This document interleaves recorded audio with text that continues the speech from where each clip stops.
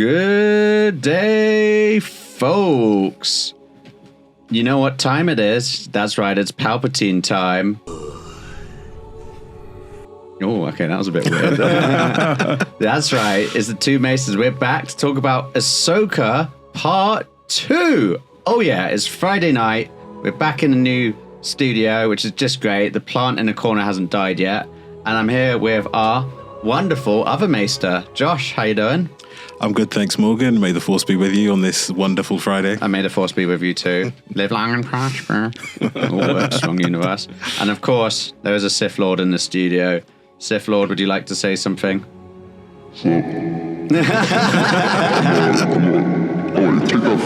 that sound off. No, I'm not as poetic as the other two. Yeah, unfortunately not. And by the way, we can also swear on the show now, so feel free to let your pot mouth run wild. That's much more reassuring. I tried to check myself last time, but yeah. Yeah, well, you tried. But either way, we're okay now, so that's good. Well, at least I hope we are, what I've been told. So, how's your week been? Yeah, it's been alright. Oh, it's small talk over. Let's get straight into it. Nice. Good. I'm happy for that. I'm just not the fan of small talk these days. How's your week been, Josh? Good, hectic. I think that's how you can sum it up as. There we go. You hear that? Small talk done. Right, straight in with it. So, episode 5. Synopsis for this one is Hera Syndulla, the general, reaches and searches for Ahsoka as she's arrived at the planet. 'Cause remember, what happened at the end of episode 4?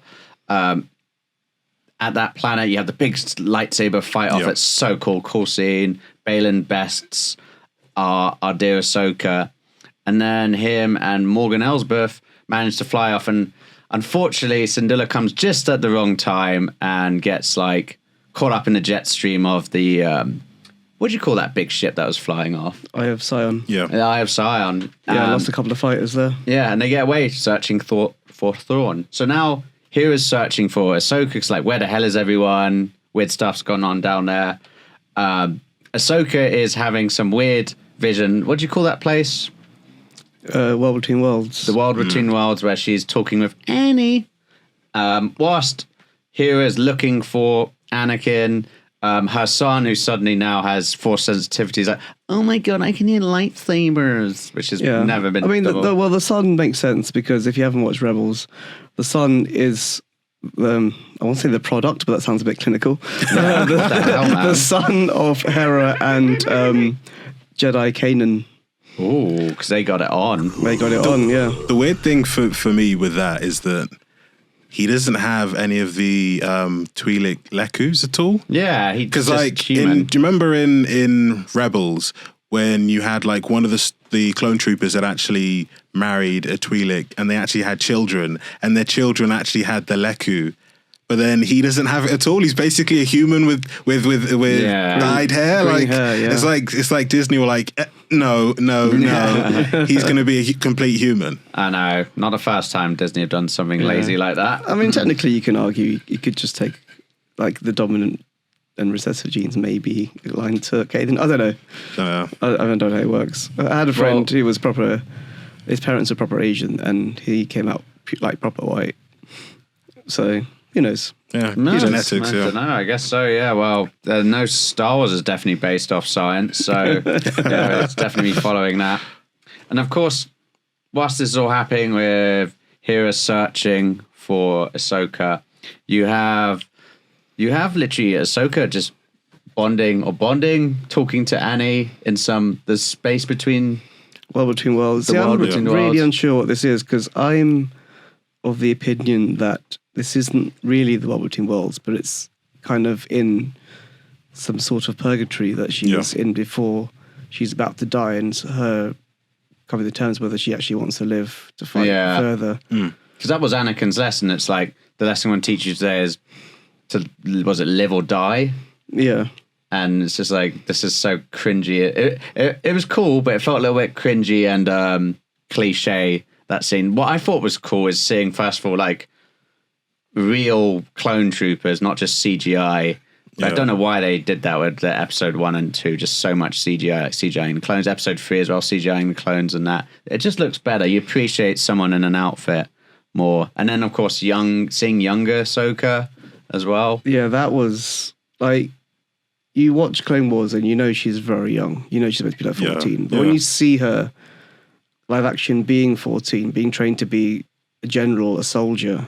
Murdering people. It really hits home. It's like they're training like child soldiers, basically. And I think like the whole thing that Yoda realizes after the Clone Wars is that he's basically trained a generation of Jedi to be killers. And I think that's another reason why he goes into his seclusion is like, what have I actually done? I've sent all these people who are supposed to be basically the right side of this force. The people are supposed to guide the galaxy to the light. And I've turned them into basically an army of killers. Do it. And Sidious is in the background, like laughing and the Sith are bad. Yeah, and I think Sidious really actually enjoyed the fact that the Jedi became more Sith-like. And I think that's a thing that you said, Dee, that Ahsoka is a child and she's actually being trained to be a killer. And also the fact that Anakin is probably, as a child, as a Padawan, was also killing people as well. Yeah, exactly. I think as more they expand more and more in the Disney Star Wars universe, you start to look a bit negatively at the Jedi. And I love Ahsoka's character because she's not a Jedi. She's something in between. And Balin as well. I mean, we're kind of spoiling the next few episodes about to talk to, but you start to see more and more of his motivations in this. Yeah. And like the fact that he's part of the Jedi Order and stuff, it's cool. But digging into too much there. What else was cool? Quick flash of Captain X. I mean, I didn't really watch Clone Wars, so I don't really give a crap, to be honest. But I mean, seeing Anakin wield a red lightsaber, it's pretty fucking cool. Oh, yeah, like, true. You would never have seen that before, And like him flitting between Vader Anakin and light side Anakin. Yeah. But also not acknowledging the fact that he did all the stuff. And also younglings. Also the fact that I'm not sure it's actually Anakin, but I think it's a figment of Ahsoka's purgatory, which I still believe. Rather than a force ghost of Anakin. Yeah. But there's something else that argues against that, but that's in the last episode, so I'll wait till I voice that. Yeah. It's weird because this is like, I feel like every series has this kind of like almost like a bottleneck episode where some characters aren't in it. It's just mainly focused on one or maybe a couple other characters. Like they had in Breaking Bad, there's a scene where like Heisenberg and Jesse are just stuck in a meth lab trying to catch a fly. And like that's the whole episode, It always happens in every series. Plus this one, maybe not so much because you had Hera and all the other people going on, but you didn't see anything from Lord Baylor. I just love Lord Baylor. I'm such a shin hottie. Am I right? And we didn't see Morgan Elsbeth. We didn't see any of that thing. We didn't see Sabine. So it's kind of like, let's focus on some character development for Ahsoka, which is good because really it doesn't, even after all the other episodes, it doesn't really feel like it's mainly about Ahsoka, this series, does it? But Filoni himself said it was basically Rebels Season 5. Yeah. So why don't they just call it Rebels Season 5? But what does that mean to anyone that hasn't watched the cartoons? Nah, true. Yeah, probably wouldn't have watched it. Yeah, true. And I think like the main purpose of this whole episode was trying to get past the point that you kind of see in Rebels where Ahsoka kind of like blames herself for the fact that Anakin went to the dark side. Yeah. And you kind of see that in Rebels when she first meets Darth Vader, the fallen Anakin. And I think the whole episode was kind of like leaning towards like, no, it wasn't your fault, that he would have turned to the dark side anyway. And actually he'd already turned to the dark side before we even knew Ahsoka existed. So yeah. There was a scene. Get over it, there was a scene in Rebels. If you haven't seen it, you haven't, right? I have not seen Rebels. Where I think Ahsoka's in a Jedi temple in Lothal, and she has visions of Anakin saying, "Why did you leave me? Have you seen what I've become?" And then his vision changes, morphs into Darth Vader. Sick. So I think that's kind of a follow-on. A bit of foreboding. In the beginning, as more and more I watched it, I'm beginning to think that it would have been better if I'd watched the previous seasons. Because, like, for example, I'll save it for episode 6. But basically, when they meet Ezra, I didn't really see much of them bonding. It's just like all this forced dialogue and bonding. But I guess if you've seen Rebels, it's a bit more emotional, isn't it? Like they could have done like more stuff to get you into, like, at times when they show you a character in a TV series, you've never seen him, but everyone's been talking about how important this character is. Well, like General Thrawn. Yes. And then when they actually show the person, it's like, okay, then I understand why is so important and why they care about him so much, especially with their interactions. Yeah. But I kind of feel like if you didn't watch Rebels, that you didn't feel as much like, oh, Ezra's here. They've been talking about him whole series. But if you had seen Rebels, you'll be like, oh my days, they finally find Ezra after all this time. Yeah. If there was a way that they could find like an in-between, so fans who hadn't watched it would still be like, oh, thank goodness they found Ezra. Then like, oh, Ezra's finally here. Well, I guess that's kind of hard because the first 2 episodes, I remember a review came out for it and it was like, this is good, but they're trying to like fill in newbies that haven't seen Rebels. So I guess this was one, as the series went on, is more for you guys. So I guess my opinion's now been invalidated. Thanks, Josh. Okay, so anything else on episode 5? There's a nitpicky, I guess, but why would Hera sense what her son was sensing when he was on the she could hear it. Yeah, when he was on the coast saying he could hear lightsabers under the water. That's true. She's not force sensitive. Last time I checked, she felt like she could hear it too once he told her that it was there. That didn't seem to make any sense. I think the issue at times is that Star Wars can be a little wishy-washy with the Force. Like, at times, people who have they basically say that every living thing has the Force, but it's just the Jedi, the Sith, those who are Force sensitive are those who have enough power of the Force to be able to utilize it and to manipulate it as the Sith do, and also to use it to guide them as the Jedi would say.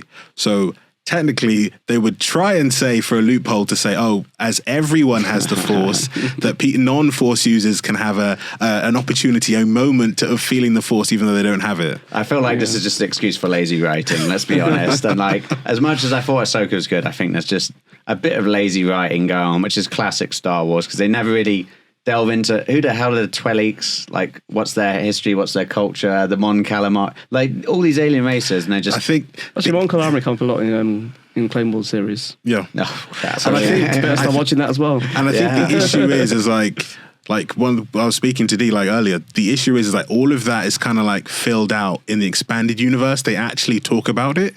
But because now that Disney has bought it and they've said that a lot of the stuff from the expanded universe isn't canon, so they're trying to bring it in bit by bit. So then that's when they'll start to mention like, where did the Twi'lek come from? How was the Sith founded? What was the civil war between the Jedi that caused the Great Schism? Like why? Perfect example. Yeah, true. Well, have you seen, I've got to talk about the leaked trailer for The Acolyte. No, I haven't seen it. I haven't seen it either. It's really, so basically just someone just filmed it on like their phone in a cinema. So it's very hard to actually see what's going on and fully appreciate it. But the trailer got leaked for The Acolyte early. So give that a watch. Because as you say, we'll get to see a more perspective of like, were the Jedi really that good? And also, were the Sith really that bad? You know, okay, we need to talk about episode 6 now, but Yes. Shin Hati, getting deep into lore here. you see Shin Hati and Baylan sort of their relationship come out a little bit more, if not any background to Shin Hati. Okay, episode 6. Can I pause for a sec? Do you mind turning down the aircon, which has now gone up to 21.5? Yeah, sure, it's got on there. Yeah, sure, go for it. We can always edit it. I put it down to 16, but it went back up again, so I think It's pretty toasty in here. Just in time for talking about Thrawn as well. Oh, it's getting hot in here. So take off all your clothes. It's not to worry. How do you... It's fine. I think you've got it on 16 now. Okay. hopefully. See? Cool, we can edit that out, right? Our new studios. People got to know we're in our new studios. You know, we got teething problems. Or none at all. Episode 6. Oh my God, General Thrawn. General Thrawn? Grand Admiral Thrawn. I keep saying General. You should refer to him as his right rank. Yeah, he earned that title. Yeah, and what an entrance. Like, how badass was that entrance? Out of 10, how would you rate it? I'd give it an 8.5 out of 10. Yeah. Gave it a solid 8.3. 8.3, okay. Well, in terms of other, like, badass villains you've seen, there's always got to be, you know, when they introduce the villain in a show, how do you think Thrawn's one compares to others? Like, maybe Thanos, Darth Vader, Palpatine, maybe even outside of, well, I said Thanos, outside of the Star Wars universe? I think the key thing that they did with Thanos was that they'd show you end credit snippets of him, and everyone would talk about him, so then it would then build up to when you actually finally saw him. But I think the closest one I would say is Darth Vader. Yeah. So, like, especially when you hear the Imperial March and then you see that, I think that's the iconic. Pinnacle 10. Mm. But I'd say that it is close. It is close, especially for, like, fans who've watched Rebels or who've read the now canon books or those who've read the expanded universe books that he is such a critical person to the Empire, especially around this period. It's so cool as well. And before we delve into him a bit more, like what goes on in this episode, well, so this is whilst Ahsoka and stuff all doing that stuff, and then finally getting in the Purgles and like heading towards this planet in another galaxy. Baylan, Morgan, Sabine, Shin all arrive at this planet. I can't remember what it's called. I kept thinking it was Dathomir, but it's not Dathomir. But they encounter the Night Sisters, 3 of them, one of which is played by Claudia Back, who is quite famous in the science world, science fiction world, like Stargate, Farscape. She's been in a lot of stuff. You wouldn't have recognized that she was covered in. And I also believe she plays Morrigan in Dragon Age. Really? Dragon Age Does series. she? I believe so. Let me just double check. Yeah. Yeah. Geez, well, she's in there in the fantasy and science fiction scene. And Sabine gets imprisoned at this time, and that build up to Grand Admiral Thrawn coming in sick. Like he'll be here that soon. Annoying part where she put her hand out trying to escape, and the bricks crumble, and you think, oh, she's using the Force, but it's just because the ship, the Chimera, is arriving. Yeah, and that was cool. I like that shot of just the massiveness of the Chimera, the Thrawn Star Destroyer coming, like very cool. I think that's another thing that Star Wars does well, is that the ships, especially when super Star Destroyers like the Chimera arrive, that you just see how massive they are compared to anything else that they have in the galaxy. Like apart from the what was it called? The 2 super weapons that they had. Oh, what, the Death Stars? So the Death Star and Starkiller Base. Let's forget about Starkiller Base. Apart from those 2, the actual super Star Destroyers are like they're like humongous. a mile long, aren't they? Yeah. Like literally they're as big as cities and have like tens of thousands of people within them. The amount of staff on one, was it like 2 million or something? I can't remember. That was a long ago internet fact. The grandness of like size, that's what's really like in sci-fi, like seeing how big these spaceships are, and like seeing the Chimera coming, and then of course Thrawn's entry, like wow, and the soundtrack for that entry as well, very un-Star Warsy, like almost. Well, I've heard it was the Thrawn theme tune words. Oh really? Okay. From Rebels, yeah. Oh right, okay. It sounds very spooky. I guess like the that sort of theme tune and the aesthetic of the stormtroopers as well as Enoch, very cool, because they're the dark troop. Sorry, not dark troopers, night troopers. Their armor's a bit beaten up, like filled in with gold. I love the Japanese aesthetic they've got with the I can't remember what the word is now, but the healing with the gold. Yeah. Even the Chimera itself had a lot of that as well. You saw, and a lot of there's a lot of homages. God, I sound so pretentious when I say that, to like Japanese cinema, with like in Mandalorian when you first see Ahsoka, that whole episode's a lot of homages there. But even in this, like the fight scenes between Ahsoka and Baylan have like scene for scene a lot of similarity. Yeah, but apparently Lucas himself drew a lot from that sort of cinema. No, and Filoni basically is his Padawan. So. Yeah, Filoni is a good Padawan. He's carried on the torch well. So he's done a lot of the same kind of vibe. So any other thoughts about seeing Thrawn for the first time, like the actor? I loved the fact that it was the same actor as who did the voice, because when you close your eyes, you just imagine. It took me a while to get used to his appearance, but I did get used to it because the voice sold it for me, like 100%. Yeah, definitely. Yeah, and his entrance quote as well, when he's coming in, it's like, what was just a dream is now turning into a terrifying reality for those that dare oppose us. Like, badass entrance. He's got a big walk, all his troopers behind him, and he has to say like some kind of line. It'd be funny if he just like walked in and was just like, hi. Hi, it's me. Hi, I'm Thrawn. What took you so long? Which is what he really wanted to say. Yeah. Anything else around Thrawn and like seeing the night troopers for the first time? Enoch was cool. Yeah, that was really cool. I think it's an homage to more like Roman funeral masks where they put gold on there. Yeah. And I think that's one of the things I also love about the Imperial Guard and also the whole thing around the Empire is that they really do lean into that Roman aesthetic, especially if you remember in like Clone Wars when the Supreme Chancellor had his guard, they literally had like the Centurion helmet that they had.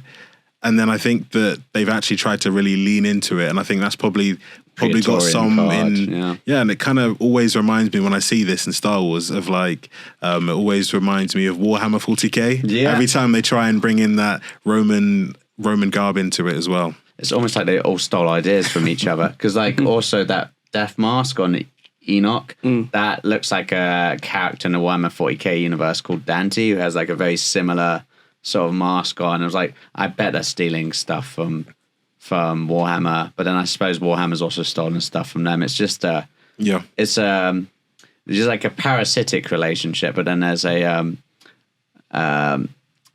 symbiotic relationship, so let's call it that, where they benefit off each other. Whilst parasitic, the parasite gets it all off them. Yeah, I mean, a lot of Star Wars is based on like World War II Nazi-esque kind of ideology anyway. So, and it's tough because they make them look so cool. Not the Nazis. I mean, the Empire, the Imperial Navy as well. Their uniforms very similar to the SS uniform. Yeah. Especially the Empire's xenophobia as well against aliens, which is like a key point that Thrawn through. So what Disney have done, they've actually released 3 books. Well, 2 book series, each having 3 books. Yeah. One is about Thrawn's rise in the ranks of the Empire.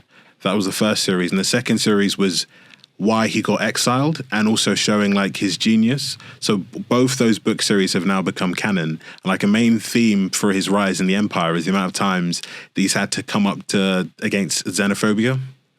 Each time, and then basically people saying that, you're only here because the Emperor wants you to be here, to then people then saying, I can't allow this gifted alien to make me look bad. Yeah. And then having to then circumvent that. And he always did it in a way that you would know 100% it was him, that he did it, but the person above him would get credit. Yeah. Because he knew if all the light was on him, they would just stagnate his whole career. Kill him or something. Yeah, because I did see, maybe it's from a comic book, when he finally becomes Grand Admiral, the Emperor's like, here you go, here's your Grand Admiral badge. It's like, this is a great day for the Empire, but I fear some might not feel that way. And it's because people he's an alien. Again, is this explained in Rebels or just in those books? It's why is an alien a really high-ranking officer in the Empire? So the main reason for it is that the Emperor sees how gifted he is. Yeah, and the Emperor after Thrawn arrives. So first of all, I'll explain it later. I'll explain the details later because it's more significant later on in the series. Yeah, but was it explained in Rebels? Did Rebels? I don't think so. No, he kind of just appeared as a Grand Admiral. Yeah, and was sent to Athal because they were excavating. Was it the ruins of that temple? Yes, for the World Between Worlds. It's a shame, really, because I was hoping they would explain that bit in Ahsoka. I'd already known because you had told me, but. I was just hoping they would. Yeah, xenophobia wasn't really like apparent in Rebels. You were just there as a part of the military. They never really show it in any of the Star Wars, do they? There's sort of xenophobia, I guess, because they want to try and keep it family friendly, but then at the same time, it's like I think it's playing more in the comics and and when they do show it, it's kind of like BBC EastEnders type, get out of here, you alien type thing, or you can't trust an alien type thing. And it's not like it won't be too serious sounding. Some of the comics or even some of the books which are more rated towards adults, you actually see how far it goes. Like for example, people being enslaved. So some people don't know, to build the Death Star, they enslaved the Wookiees of Kashyyyk to make it. What about the Wookiees? Oh, in Andor as well, in that prison. Yeah, so you see, but the funny thing, they were all human. So now you think to yourself that if they were alien, what would have happened to them since the Empire hates aliens so much? And also the fact they kind of felt that the emblems of the resistance were being funded by alien worlds, which technically they were, because the Mon Calamaris were a key part of the rebellion. Yeah. And then probably other alien races as well, because they were like, well, we're treated like shit by the Empire, so we might as well get rid of them. Yeah. I guess, and this is where we see, because with all these Star Wars spin-offs, we're starting to see ones that are more like family-friendly PG, like maybe Ahsoka, Mandalorian, and then some which are a bit darker, like Rogue One, and Andor, yeah. Even Kenobi, when Darth Vader snaps that dude's neck in that village, like that's pretty non-Disney. I was quite. I was about to say impressed, but I think more like. Yeah, it's just too dark for us, you know. Okay, in terms of episode 6, what else went on? Because it's so hard not to just focus on Thrawn, because it was so good. And then I think the episode kind of turned into a weak fart from then on. Like, so for example, Sabine gets presented to Thrawn, and Thrawn's like, "Oh, Sabine, I'm actually quite happy to see a familiar face." It's like, Sabine's just is that the scene? Is that before that when one of the Night Sisters like, she reeks of Jedi? Yeah. One of the Night Sisters does say, and then Thrawn goes up to Bayla and is like, "Oh, who's this? I don't recognize you." And turns out to be a Jedi. And I like Thrawn's like mistrust instantly of the of Shin and Baylan. It turns out we find out Baylan was a general, like General Baylan, I take it. Yeah, apparently he grew up around the same time span as Anakin, so they entered the Jedi Academy around the same time, and would be about the same age. Yeah, so it's interesting. We'll see more of Baylan, and you do start to get a sense of some of his motivations. So, like, you see a bit more character development, or at least relationship development between him and Hattie. So you find out Hattie wasn't born into the Jedi world. This actually happened before Thrawn showed up. I haven't done this very chronologically, but Baylan said he watched everything burn, and he says, as you get older, you look at history, it's all inevitable. The fall of the Jedi, the rise of the Empire, the fall of the Empire, again and again. I may finally bring the cycle to the end. And I think based on that, that's one of the things that's throughout the whole Star Wars, whether it's canon or legends or expanded universe, is that one side of the Force gets to a level of so much power that it kind of feels like the Force finds someone to then bring them down. To bring balance to the Force, exactly. And then, so you saw it, for example, with Palpatine when he came to power, and then when Luke... Yes, and the fact obnoxiously loud. And the fact that even through the whole period of the Rule of Two, there was like close scrapes where either the master or the apprentice could have died, and then the Rule of Two would have then been pushed back an extra maybe century. So then people believe that the actual Force itself was guiding the Rule of Two to then bring down the Jedi. Yeah, and then the Force was then bringing back with Luke, and that actually Anakin was supposed to bring balance to the Force, and then he would then lead the Force in a better direction, but because he fell to the dark side, the Force then needed Luke to come and save the day. Thank God for Luke. Yeah. So I've heard another explanation, which I think I might be more inclined to believe, is that the Force is the Force and the dark side is like an aberration, and they kind of pull it to use for their own purposes. And therefore the lack of Sith and lack of dark side users is the balance. I don't know which was right or wrong. That sounds like Jedi propaganda. That, the Jedi allow the Force to guide them and guide their actions, while the Sith use the Force as a way to manipulate it for their own aims and own gains. And I think that's why when you mention like the trailer for Acolyte, I'm like, Acolyte has to be a 15 because the Sith do horrible things. Yeah. And by doing more horrible things, they can use more and more of the dark side. And like they get more and more of like, they actually get more, because I think what they say about the dark side is like people get tempted into it, but then seduced, yes. So the more they use it, the more darker they become, the more seduced to the dark side they are. And that's why I'm hoping. Yeah, and I think that's the key thing I would say is that being in the dark side and also just going through like what the Sith have done in the Rule of Two in the lead up to Palpatine taking power, even what Palpatine I am the Senate. and like listening. Hopefully they do a TV series about his life, and people are saying that they're hoping that Tom Hiddleston plays a young Palpatine. He would make a great Palpatine. And I'm thinking like that would be amazing because technically he is a psychopath if you follow like his whole story, and the fact that he can hide it so well. A story I wish they actually put into like the movies and stuff, but they didn't. Yeah, would it be a good series? I mean, like he was a rich boy that eventually was a politician, killed his parents, I think. Not very Star Wars. But he does love democracy, though. Oh, he loves democracy, yeah. But they could then try and do it that it's like his master Plagueis, but then he's also in the series. So get a famous actor to play Darth Plagueis, and then just see his rise, and basically both of them manipulating the Republic into him becoming the senator for Naboo first, and I am the Senate. and then becoming Supreme Chancellor. And the fact that's so wonderful is that he changed so many laws to give himself more power, and the people are like, yes, round of applause, more power to the Supreme Chancellor. Yeah, that's how liberty ties. Yeah. Thunderous applause. All right, we get it, Sidious enough. Okay, so some other stuff that goes on, yeah. So we're finding out about how Balin wants to break the cycle between the rise of the Empire, the fall of the Empire, the rise of the Republic, etc. But we don't know how yet. But it's just like, You know, it's cool to see that interaction between him and Shin, because it's like, they look cool, but where's the sort of development between them, apart from Balin's just looking off into distance and Shin just being hot and saying a couple words here and there? Yeah, was that the whole, like, something calls to me? Can't you feel it? Don't you see it? Is that the conversation you're talking about? I think so, yeah. It might have been afterwards, which...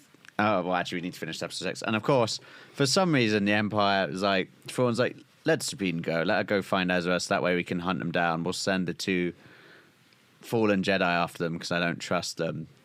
Yep. And then there's these cool little hermit crab-like... Oh, the little turtle boys. Yeah, what are they called? Naughty, I think. Naughty, yeah. I love the way they speak. That's so cute. The best is when Ezra's talking to them as well in their language. And yeah, then, you know, probably another way for Disney to make money, because they introduce all these little cute character things just for merchandise purposes. And then, they take Sabine to Ezra, and she meets Ezra. It's like, yay! And I'm like, are they going to kiss after like 4 minutes. Yeah, it wasn't a long time at all. It felt like a long time, because they peaked too early in this. You saw Thrawn, I was like, sick, and then just this bit of her riding that weird horse thing, and Enoch saying like, die well, there's marauders out here. And it's like, who are these marauders? Like, why are they all wearing like samurai-esque armor and stuff? And Sabine has a big fight with them. Yeah, but it pays dividends in episode 7 for Thrawn, but I'll say that for episode 7. Speaking of which, let's go into episode 7. because Ahsoka and them do go to meet Sabine and Ezra, which takes them away from Thrawn and away from... Which is perfect Chimera. for his big plan. Yeah, exactly. Okay, episode 7. So, Syndulla faces a disciplinary hearing when she gets back to the New Republic. She gives a great sassy moment when that senator's a big pain in her ass is like, why did you disobeyed a direct order from the New Republic? It's like, no, I just disobeyed it from you. And I was like, "Oh, damn, Cinderella. She's got all the sassy lines." Yeah, but you didn't have to be sassy. You shouldn't be sassy in front of like senators. Like it's not going down very well. Like you're meant to like placate them, right? Imagine being brought up before like an MP committee. Yeah, and someone working at whether it be like Department of Health is like, well, I do what I want to do. And you're like, and then literally that they're their bosses. And I think one of the things that it does show is the struggles the New Republic has as it starts to develop. Yeah. And I think some people within it are like, especially those who are part of the Empire, were like, oh, maybe the Empire would have been better because at least there was some form of like chain of command. But then it gets to a stage, especially with the establishment of the New Republic, people are like, okay, then, so you're a senator, you're a general, you're an admiral. Okay, so wait, who should I listen to? Should it be the senator? Should it be the general? Should it be a veteran from the war against the Empire? Like, yeah, and it's like democracy becomes flawed in that situation because it's it's a victim of its own brilliance, isn't it? All these different voices pulling back, and I'm pretty sure that senator's going to turn out to be like a puppet. that is helping the Empire rise again, which we'll see very soon. But the whole point, like, part of, it's going to a bit of a lore here, but like part of Palpatine's plan was to sacrifice a large amount of his fleet. I need to stop hitting that one. Sacrifice a large amount of his fleet and get the New Republic to think that they're on the strong footing, that they've destroyed loads of Star Destroyers, that the Imperial remnants just scattered, and to get them to demilitarize. Demilitarize, The word, yeah. And get them to think that they're in control, and from that he can like have the resurgence that he had in the sequels. Yeah, whilst he's chilling out on Exegol. But I guess because you don't actually know what's happened to his physical body. He gets thrown down that drain on the Star Destroyer. I think he's atomized, I think. But then, okay, so then maybe, has he been on Exegol this whole time? That was one of his clones? That was one of his clones. Right. So he actually died, but one of his clones was on Exegol. So somehow he didn't return because actually he had been there this whole time. So if anything, that's inaccurate of Poe to say in episode 9. I mean, from his point of view, I guess. From my point of view. From my point of view. Good crossover there. Good crossover. Well done. That's quote of the day today. Of course, C-3, they had to do a cameo of someone from the wider Star Wars. C-3PO comes in and saves Syndulla's ass. It's like, well, actually, General Leia Organa says blah, blah, blah. And then that shuts the pain in the ass senator up. I wish it was Leia, though. I wish she had come back in person. But then that would be the hard thing to do. How old would have Leia been? She was in Rogue One. Like, she's been around. No, but like CGIing more faces. CGIing more faces, and also if Disney aren't on a good footing with her family is another thing. Jar Jar Binks would have been better to have had on, I think. Oh you would have avoided these issues. No one's actually seen his death yet, so he might still be alive. Exactly. Yeah. Somehow Jar Jar Binks has returned. Oh shit, that's even worse. Yeah, you're right. It is some ethical issues already with this face CGIing. Like, I don't know how. But you got that with Ray Stevenson now. Like, he died just before Ahsoka came out. Would they do that with him? Obviously, he's got like a major storyline to follow. They have said, I believe they've said they're going to be recasting him. So recasting the role. Right, and I think CGI. the family and also the fans are like, yeah, because then it will still, if you get rid of his character, people will then eventually forget about him playing that character. But if you then recast it, people would be like, okay, then, so for season 1, it was played by Ray Stevenson, and then look into his life. Yeah. Then just like having a hard stop and say, you know what, because he's passed away, hard stop, find somebody else. And then his work that he's put into it is then wasted. That's good. I'm glad he really for that, was a very, very good character. And I would say that his portrayal of the character, I think, was one of the stars of the whole series. Oh, definitely. Oh, yeah, incredible. Yeah. It's between him and Thrawn who stole the show, I'd say. Yeah. But Thrawn was always going to steal the show, I mean. But I was not expecting for me, Ray Stevenson for sure. And plus, he's got like a massive storyline to follow. Like, it goes deep into lore with like, the father, the son, like Abeloth, all that sort of stuff people are talking about. Yeah. Like, you can't just abandon that thread. Yeah. Oh, Disney can when they made everything non-canon, so yes, you can, I'm afraid. But the amount of stuff they're making, recanonizing, I'm actually quite impressed. Yeah, Dave Filoni, it's like a vulture pecking at a carcass. I'm less pessimistic maybe than you are, but I find your lack of faith disturbing. Okay, Vader. So Ezra and Ahsoka. Oh, well, actually, don't even get to the point. Ezra and Sabine are chatting, then some raiders attack, and just seeing those, what are they, crab people? The naughty? Naughty, yeah. The naughty. The naughty. Naughty. Ooh. Oh, yeah. Palpatine likes that. You see them in their little cool caravan things that actually work as giant shells. Raiders are attacking, like, oh, crap.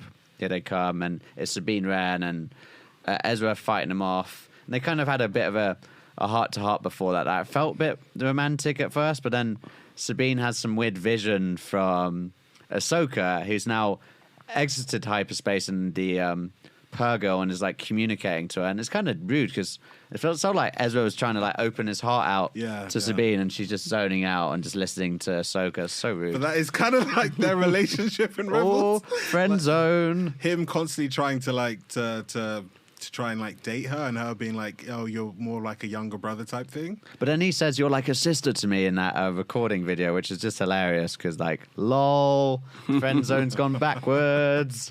But it's so annoying. She doesn't explain anything to him.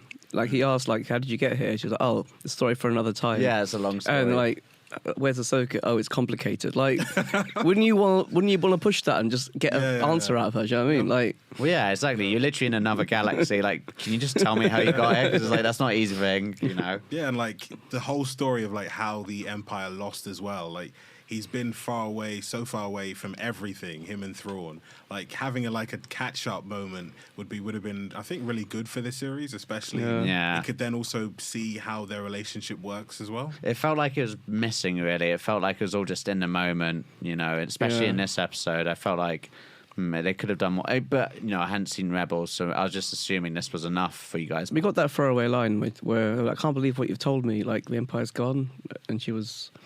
Like saying, that's cool. Like when they're riding in that caravan thing. Oh, okay. Which I think is episode 7. Yeah, and probably that's when they're in a caravan. And then actually before that getting attacked by Marauders, but Baylan, Skull, and Shin have another like one-to-one moment, and like Baylan finally reveals his actual agenda, which he's on the hunt for something out there on this planet that could possibly bring an end to this repeating cycle, and he basically just ditches her, and I was like, oh, this is deep. Yeah, that's really harsh. And she was just like, you're not going to help? Yeah. Like, your ambition leads you in one direction, my path lies in another. God, is that it? After like years of training, that's it. Not a goodbye, not a hug, you know what I mean? No, what the hell? Basically saying it's you, not me. Ooh, clingy, yeah. See ya.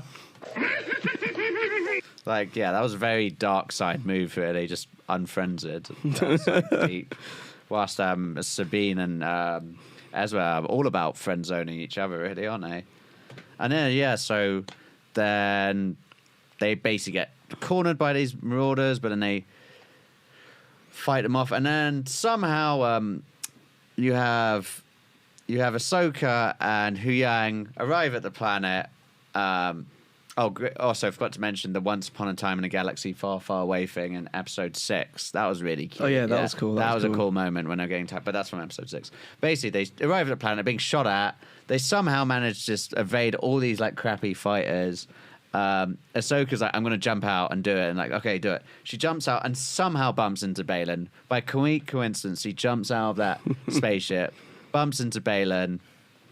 Has a cool sort of standoff with him, which again has that very sort of Japanese movie-esque stuff. And Baylan's like, you can't defeat me. I don't have to. Yeah. And then she just runs away. Chickens it. But then she goes Takes to his ride, though. Yeah. And he's like, damn it, it's made my trip so long. I'm stuck here. In the middle of the desert as well. Poor old man. And then she goes to meet Ezra and Sabine, who are actually fending off all these marauders, and she helps, and they fend off pretty well. But then the Empire comes. Dun, dun, dun. So these night troopers turn up. Only like 2 gunships, because Admiral Thrawn is a really stingy guy, isn't he? It's like Morgan Elsbeth's he's like, send 2 gunships. And Morgan Elsbeth's like, just 2? Will that be enough? And he's like, 2 is satisfactory. Our resources have dwindled. But it's like, he's just like, he could send more. Just send everything. You'll definitely take him out then. Because he sends 2 gunships worth, plus Shin Hati just happens to be there. Still, they managed to fight them all off. But in lore, he's not meant to be as frivolous with his like troops, like other admirals or Palpatine or Vader, or like he cares about them. He actually tries to train them to get them to be actually good stormtroopers, if that exists. They all pretty bad. They all can't shoot anything, really. And he, in the end of the episode, he was saying that he's just trying to buy time. Like one thing, he's saying the one thing that the Jedi has lost is time. The one thing they can't afford to lose. Be a victory. And always with Thrawn is that he always loves to play the long game. And I think one of the things that he never does is overcommit. It's like, whether it's like in canon or in like the expanded universe, he always tries to test out how strong the enemy is to then decide how much force he should apply. Because if he then went full on force, send everybody, and then, for example, the Chimera got damaged, then that's his big trump card that he has. Yeah, that's true. And he's going for the strategic goal here, time, isn't he? Yeah. And, I'm curious as to what, because they need to load up some cargo transfer from the fortress of the Night Sisters to the Chimera, his Star Destroyer. And I'm curious, what are they transferring? I mean, given it's Night Sisters, I'm going to assume it's corpses, because in the lore they bury their dead in a certain way that they can revive. They did say catacomb. Yeah, Morgan said it was catacombs as well, and that's usually where you did, yeah. Yeah, you bury them. Crap, well done. But so they can revive them to use as like kind of zombie-esque army, which they did in Clone Wars and briefly in Rebels. I think they turned Sabine and someone else into zombies briefly. And with the Night Sisters, and also the whole thing with the situation with the Night Sisters on Dathomir is that they have a side of the Force which is rooted in the dark side, but it's completely separate from the Sith. Right. So they do something similar to what old Sith used to do, would be like dark side sorcery and alchemy. So if you watch the Clone Wars, you see them use it on Darth Maul to actually try and try and heal him in a way, so then he can have like his own like prosthetic legs. And then also they do it to his brother Savage Opress. It's like Savage Opress was like a full-on tanked Zabrak, and they basically use like their dark side alchemy to turn him into that. He was just like an average. Actually, he was a skinny boy before that, proper skinny. Yeah. And then they used their magics on him, and they basically turned him into like full on Chris Evans. Yeah, basically Captain America switch. Basically. Literally, exactly. Yeah. You see it in Rebels too when Sidious using the blue flames to try and get into War Between Worlds. Yeah, and like their version, and they actually had a relationship. So Mother Talzin had a relationship with Sidious. No, not that type of relationship. She gave him Darth Maul.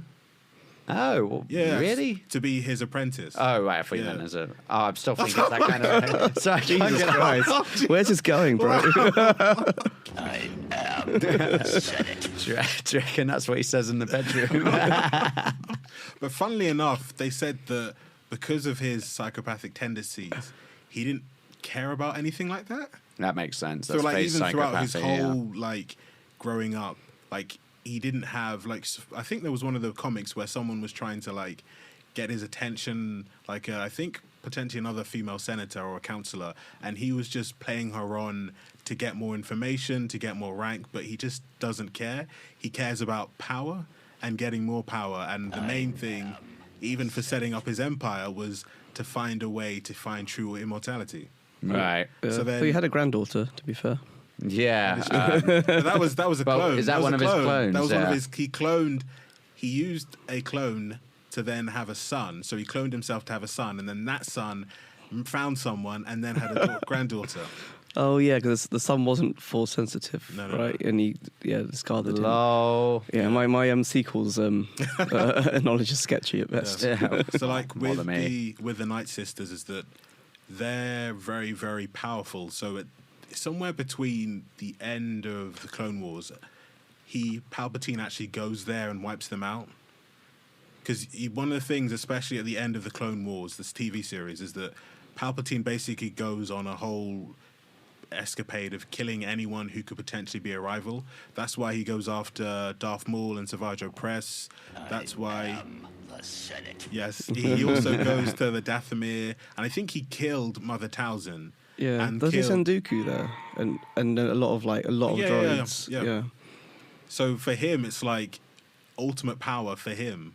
And he purges everyone. Yeah, so the Jedi, anyone who had any form of Force sensitivity, he went to kill out, whether they were Jedi, whether they were Sith, and probably tried to, if he knew Ahsoka was around, would try and kill her as well. Yeah, even Dooku's apprentice. Yeah. What was her name? I can't remember. Vargis Ventress or something? Ventress. Yeah. Because once she was getting a bit too powerful, it was like... she was one of the Night Sisters, Yeah.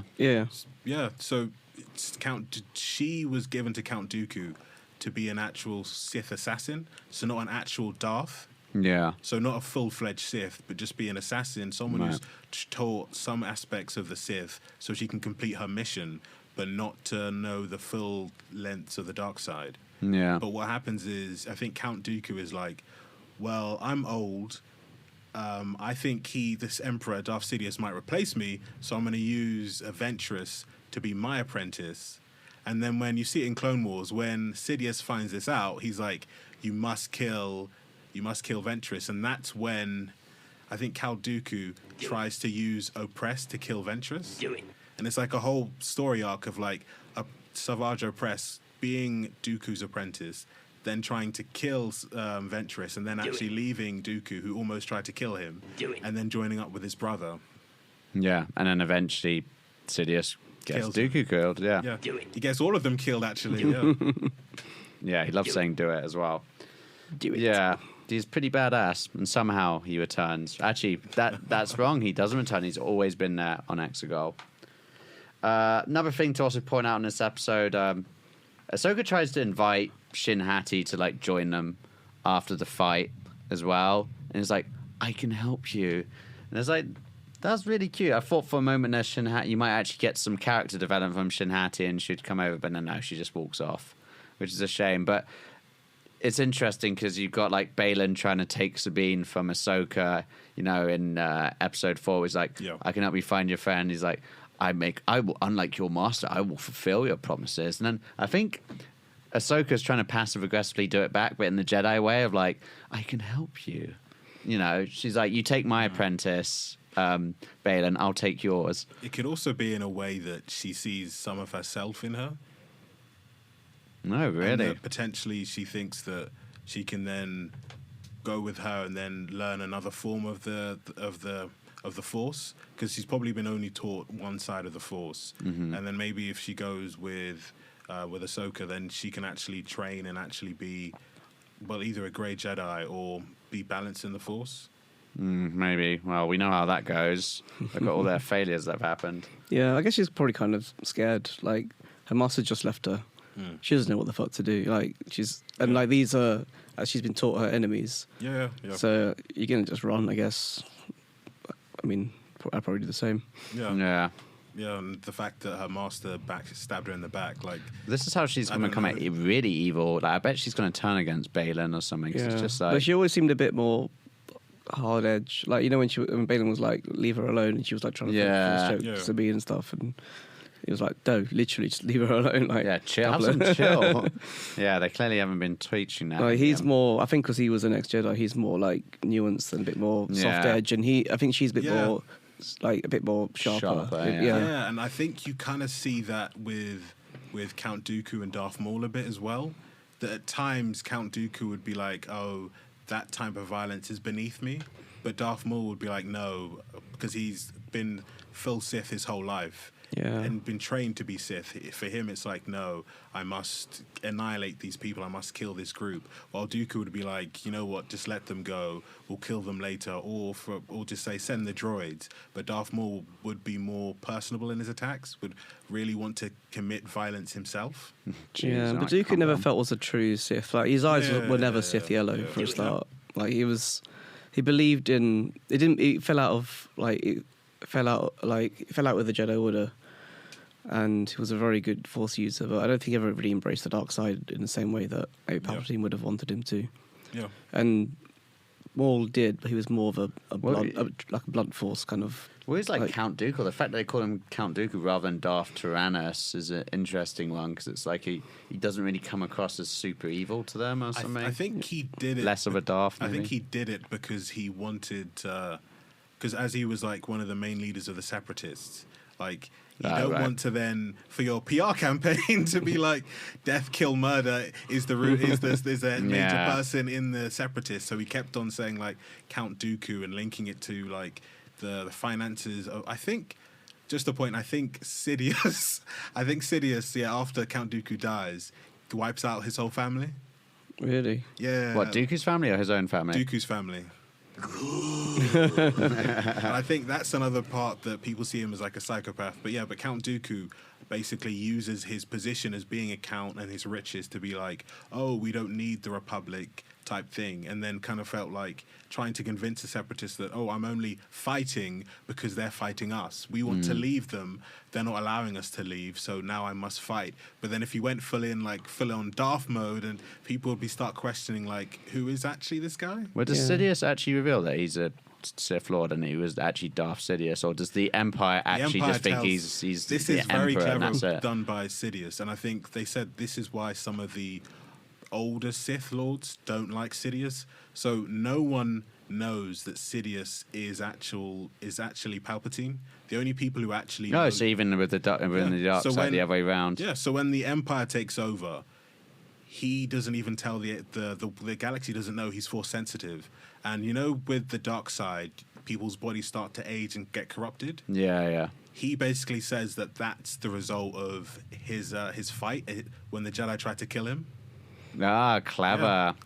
Yeah. So Gaslight. the only people that they know, the galaxy know, is Force sensitive is his Inquisitors and also Darth Vader. But no one knows that Darth Vader is Anakin. Apart from Grand Admiral Thrawn. He knows, but he can't let Vader know because Vader would then kill him.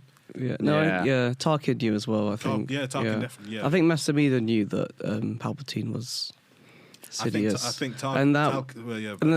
that woman you see with the bald head is very. Yeah, she knew as well. Apparently, allegedly, she's a bit force sensitive as well. So I hear, but I don't know, that doesn't mean much in context. But he kept it a secret from nearly everyone. So it wasn't like a Sith versus Sith kind of war, because like he was saying, like Count Dooku, if he came out as a Darth, it would just be Sith versus Jedi, which is the galaxy. Yeah. And like one of the things that Palpatine, I always think that he might be a psychopath, but he's a genius, is that he basically used the whole PR campaign like, oh, look at this poor old man being attacked by those dangerous Jedi who tried to kill him.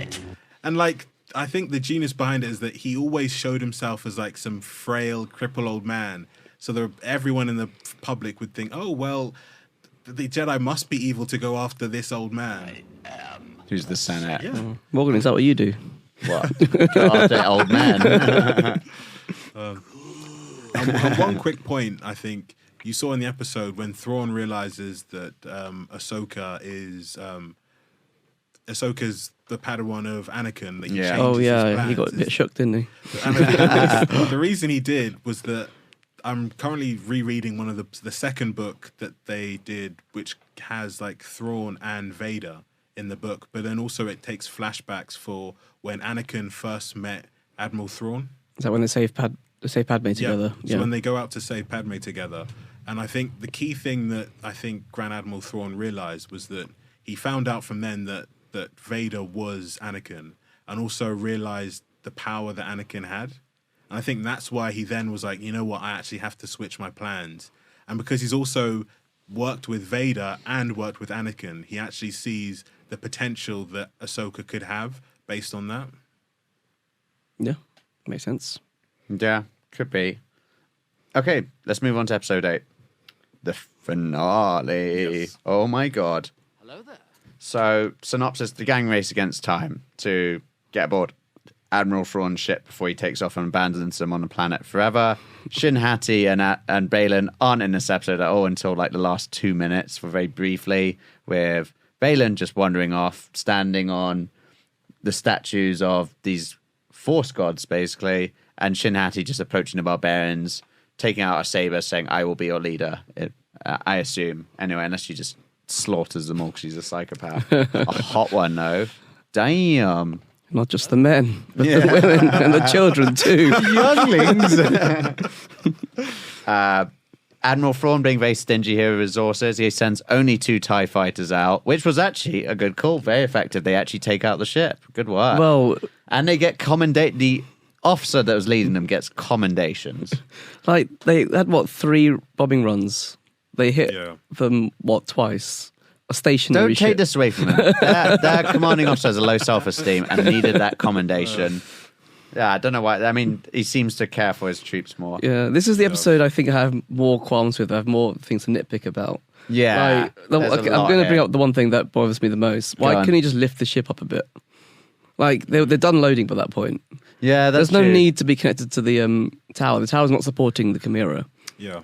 Just go up, a couple of thousand meters and just hover there. It's better just when a Jedi get there, just to like, just in your face. I was really hoping Ezra fell, I'm not going to lie. Yeah. It was just because like you know, I'll force pull you. I swear.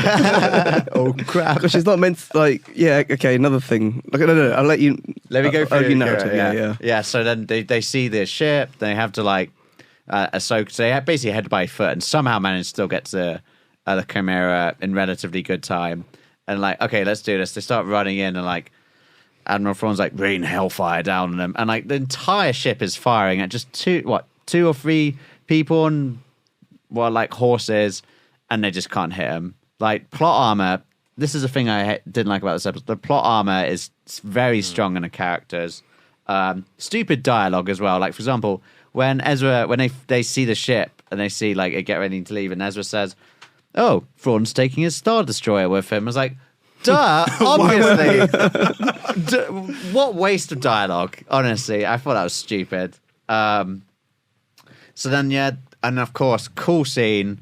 They're all standing, fighting off the night troopers that Thrawn sends down, and he asks Morgan, like, do they know that they're volunteers? And they're like, yeah. And then you're like, oh, what's going to happen? What's going to happen? Have they been made aware? Yeah, have they been made aware? Shows they care. Well, he's care, sorry. So yeah, he's a good CEO. Good CEO. And I think that's one of the things you do see in the books, and even in the Rebels, that he sees more of like, especially when you compare him to Sidious or to Tarkin or even Vader, their approach is more of like fear. Like even when you watch Andor, that the person in charge of intelligence, his type of vibe is like, I will listen to you. I will then try and bring you up if you've done well, or basically steamroll you if you've done awfully to the head of intelligence. But Thrawn, his way is always trying to get people to do better, because he realizes if I get each person on this ship to give an extra 2%, and there's 10 of us, that's a 20% increase. You should do a TED talk, shouldn't he, Admiral Thrawn? It's like commendation. Grand Admiral Thrawn. Yeah, how to be only use resources effectively. Yeah. I would just how like, to rise up in everything. a xenophobic environment. Like Exactly. So many things you could talk about. I mean, but even still, he should have just thrown everything, because somehow this plot armor that they have, even those night troopers can't kill off those Jedi. Then they raise them up from the dead, and that was cool. It was cool, but I still don't get how they're in tight tunnels and no blasters are hitting the targets.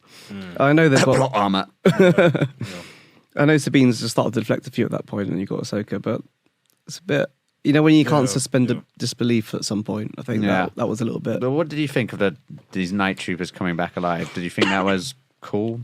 Yeah, because that is a major thing that the Night Sisters do. Right. Okay. And I think the one thing I did like about it is that it then brings about what can happen later on in the series. And, like, will they then try and use the Night Sisters to revamp the Empire? And what role would they play in the First Order?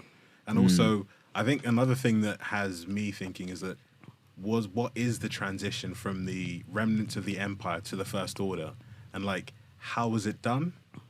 Because, like, you can probably, some people think it's just direct transfer over. But what if it's, like, there is actual fights between different remnants of the Empire. Yeah. And then Thrawn basically says, I've defeated all of you. Now you either work for me or you give me all your resources and disappear somewhere else. Yeah, because at some point Thrawn is either going to die or he's just going to disappear again. Maybe the Purge will come back for him. But as you know, he's not in episode 7, 8, and 9. So something's going to happen to him at some point. And Ahsoka isn't either as well. That's true. And also, I think the weird thing now is that, you know, at the end of either of you two, have you seen episode 9? Yeah. Oh, of course. So, like, at the end of episode 9, when Rey's hearing all the Jedi voices, she hears the voice of Ahsoka, who is actually the person who voiced her in Clone Wars, which also then means that Ahsoka is then dead in by episode 9.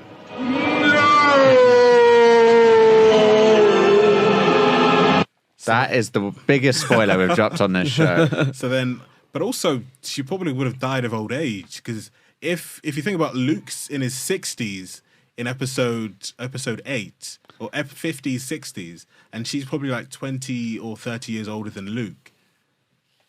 Probably 20 years older than Luke. So then she would have been in her 80s, 90s.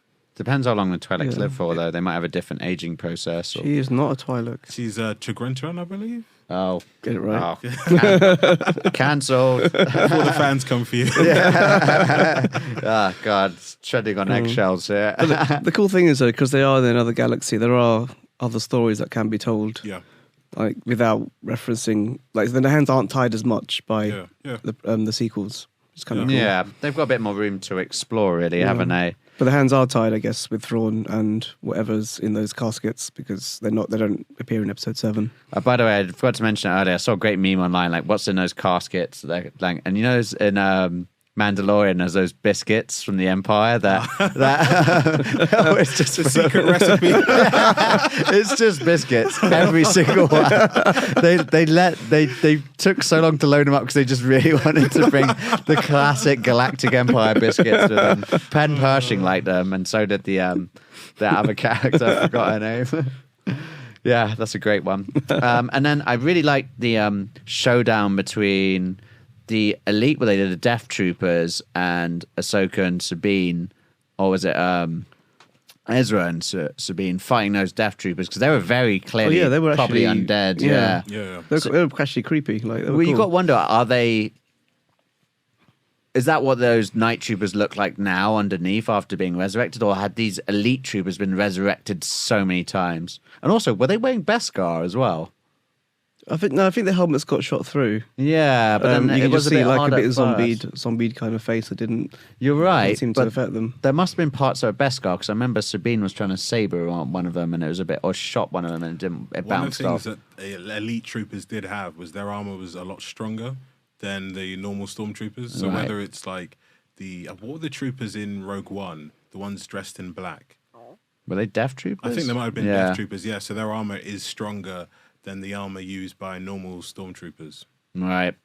I just wish there's so much that just doesn't get explained or delved into. Like they just never have enough time to really go fully into the detail. I want to see a Star Wars show that just like has, for example, Game of Thrones, they couldn't do all of the book, but the show is quite slow at moments, but it's because they're delving into the lore and some of the history, and I wish they did that a bit more in this than compared to what they've been doing.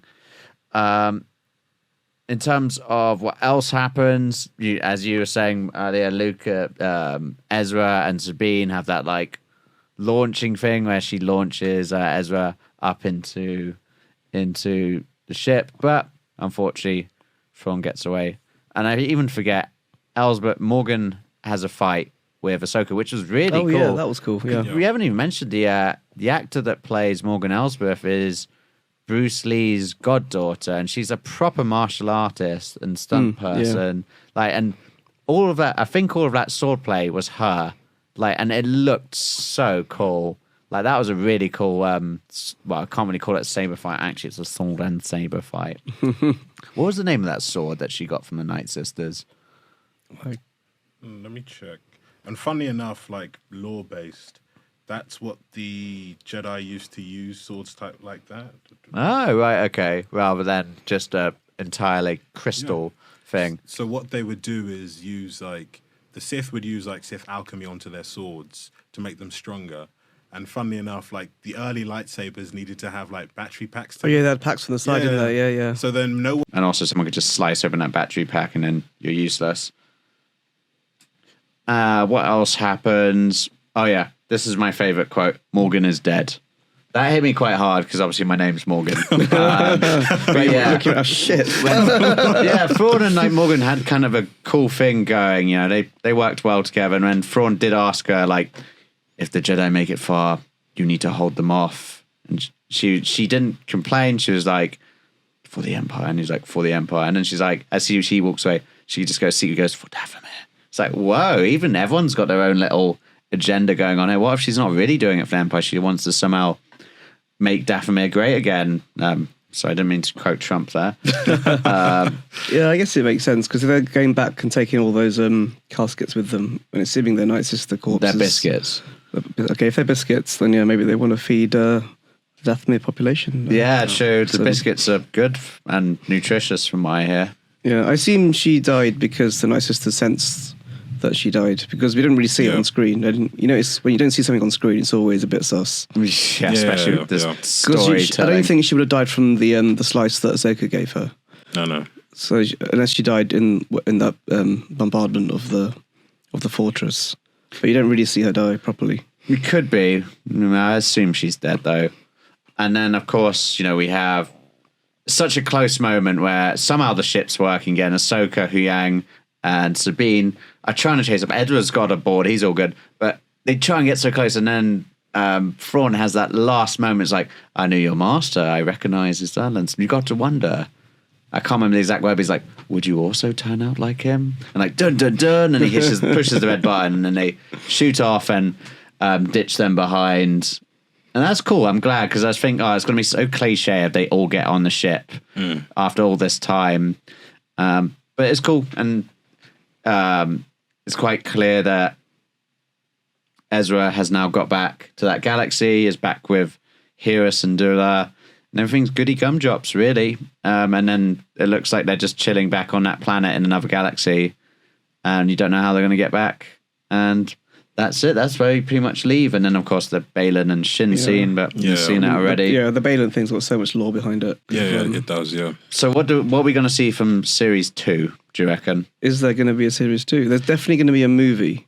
Yeah. Which ties together the Mando universe and the Ahsoka universe. Right, okay. And that's meant to be the end of the Filoniverse, as they call it. Right, and maybe that's when it feels like there's too many loose threads and too much to explain for one movie, in 2 hours. There'll probably be at least another series, I think, of Mandalorian. They might do another show to be like in between.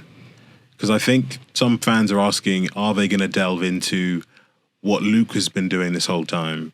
Because especially him, and also what Leia's been doing. And even like Han Solo, or Lando Calrissian as well. Because there is a Lando movie coming out. Yeah. With Donald Glover, who's going to be playing. He was great in Lando Calrissian. Yeah, I'd be keen to see that.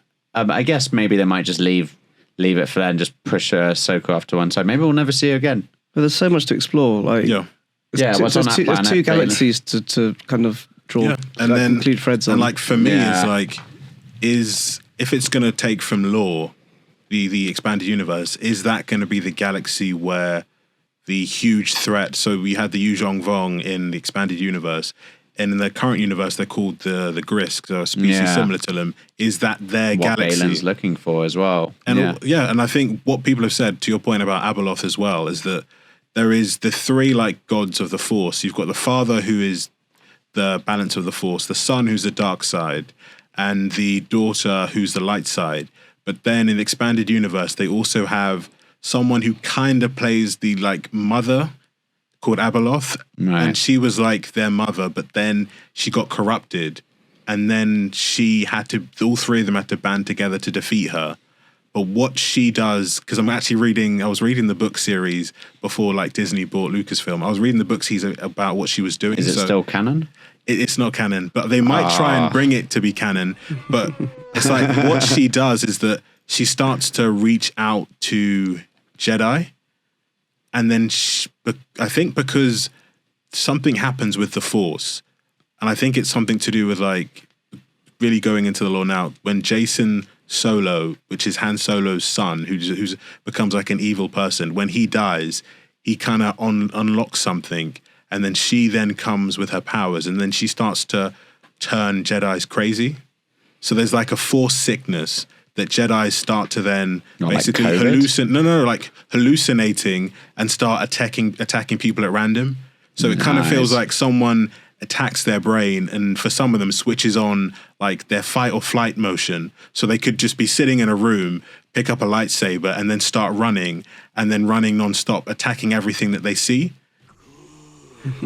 So that they actually have to put many of them in stasis, and it's like the galaxy has finally like got to love the Jedi again, and that's now something that now the Jedi we have now is now going crazy. That's really interesting. That's I never heard anything of that at all. I know that the Celestials, the three Force gods, as we know them, and like banded together, and they had this big space station. They got these like gravity wells or something, and managed to trap Abeloth that way. And send her somewhere, which could be here. But that'd be interesting, because that's heavy on lore, and like you need to explain that a lot to the viewers so they understand what that actually means. Yeah, could come out though, because don't forget Balin and Shin are also on this planet. So I'm thinking if they do another series of Ahsoka, what if it's actually just what is going on that planet between them, and they might actually explain some of this lore and introduce the Grisk, maybe. Yeah. And I think one thing that the lore doesn't touch, which the actual canon does, is I think they're called the Wills of the Force. Like, you know, those people that have the masks. Yeah, the end of Clone Wars, the Yoda arc. Yeah. That they also have a massive part to play within the Force as well as the 3 Force gods. And like in lore, as I know that the time's coming to really close, so I'll just quickly run through this. It's okay. So like in lore, it says that the 3 like celestial gods of the Force then created like a caretaker race called the Rakata, who then ended up basically overthrowing them and then developing a huge empire. And then the Rakata then, to have their own forms of slaves, developed an engine that would recreate servants for them. But then they caught a disease, and because many of them were Force sensitive, I think it was something to do with Abeloth potentially, that they actually all died off. So like some of the technology in the actual lore, for example, have either of you played Knights of the Old Republic? Yeah, the first one. So the ship, that ship, the weapon that Malik has that he uses to basically build up his fleet in that game is an actual Rakata technology. So at the end of the game, you actually find out, you actually meet one of the Rakatas. And did they mention that in the game? They actually mention there's an actual Rakata in the actual game. It's KOTOR canon.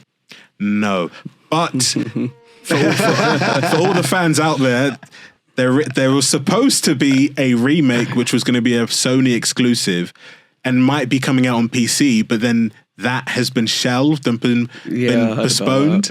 So fans are like, Disney, what are you doing with this? Like, are you going to give us the Old Republic era and make that canon? Because on the Star Wars website, they actually have, these are the different eras, and the Old Republic isn't actually, has that discussed. So they might poach it. They'll do something. Yeah, this vulture technique. Yeah.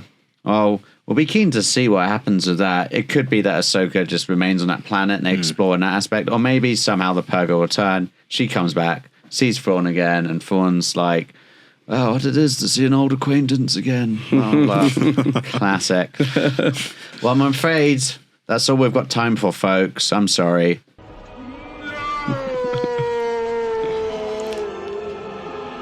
Okay, enough of that. But it's been great talking about Ahsoka. D, our resident Star Wars expert. I think for any other Star Wars shows we do, we've got to have you on for this. Definitely, yes. Be a pleasure. Yeah, of course. And Josh, always great talking Star Wars with you. We've got Doctor Who coming up soon. The dreaded Doctor Who for you. I can't wait. Can you not say how enthusiastic I'm sounding?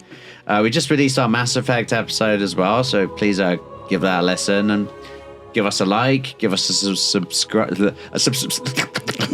subscribe, and if you really love us, donate to our Patreon, because we can't do this all without funding, and someone's got to pay to water that plant there, because I don't know what to do with it. Do you think that's a fake plant? Actually, I think it's real. Find out on the next episode. It's fake. It's fake. Fans, it's fake. But ruin that cliffhanger. We could have made so many more viewers. Yeah. How are we going to retain viewers? We're not doing cliffhangers. There's another plant over there. We don't there's another plant. Find out if that plant is real or fake in the next episode. Dun dun dun. To be continued.